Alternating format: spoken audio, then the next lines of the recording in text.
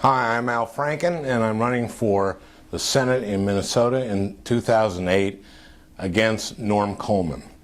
I'm very proud to have the support of the Council for a Livable World, and probably couldn't have a better opponent than Norm Coleman if you want to personify everything that this council doesn't stand for.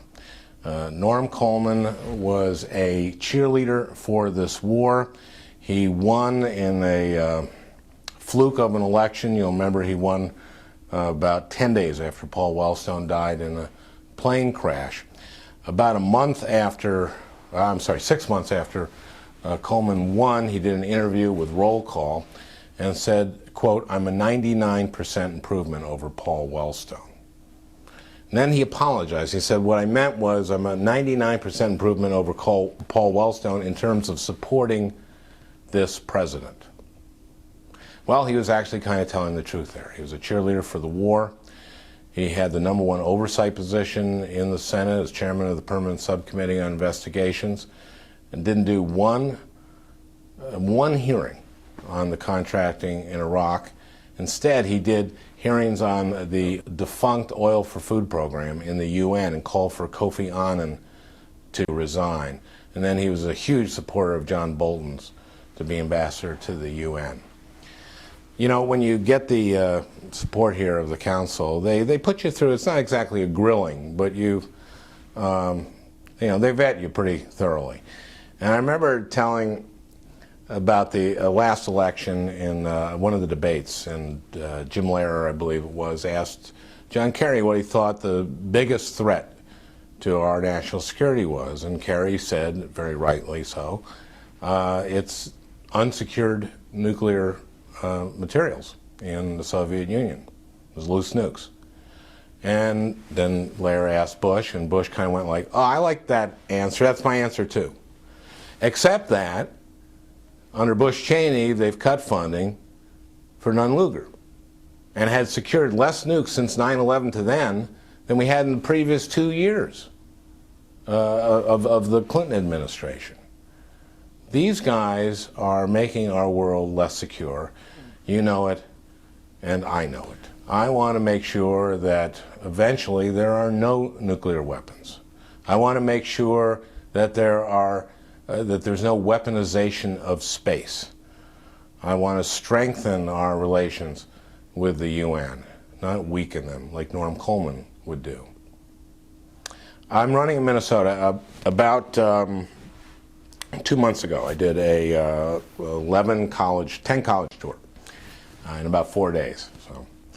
And a lot of these kids were 11 years old, and they're kids to me. They were 11 years old when Bush became president. And they don't know that you can have a president that's articulate. They don't know that you can have a government, a federal government that works for people, because they've seen Katrina and they've seen Iraq.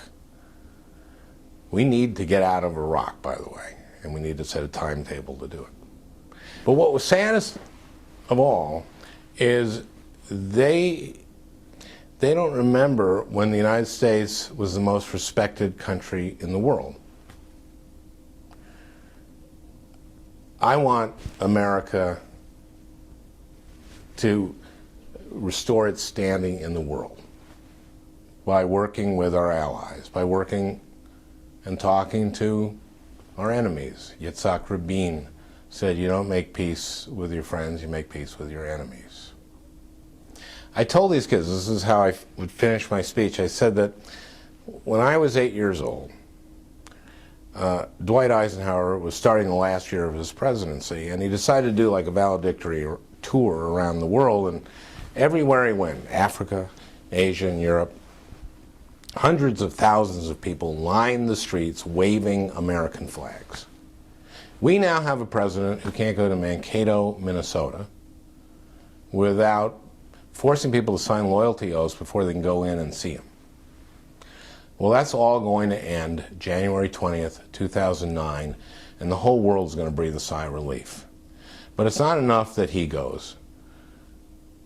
The people who enabled him to do this have to go too. And Norm Coleman is at the top of that list. I need your help, and that might mean your financial support. I'd love for you to help me get to the Senate, and so that on that day when we swear in a new president, and that president will be a Democrat, so that he or she will have a larger majority in the House of Representatives and have 55 or 56 or 57 or 58 Democratic U.S. senators. I intend to be one of those senators with your help. Thank you very much.